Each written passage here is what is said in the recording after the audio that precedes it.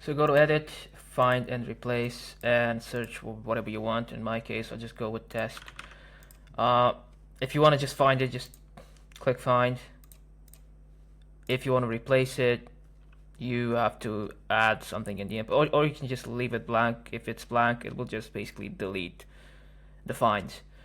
Let's just replace it with, so we're replacing test with update. So we have the option to do it to the next find or do it to all in our case. So I have test in 3 different places.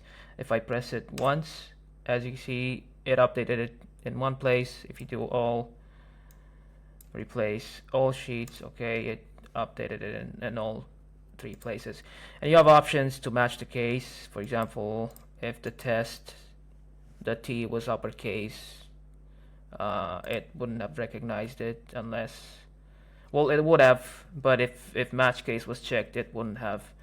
Yeah, so you have all these options if you want to go through them or not, if you want to use them. But once you're done, you just click done, and that's it.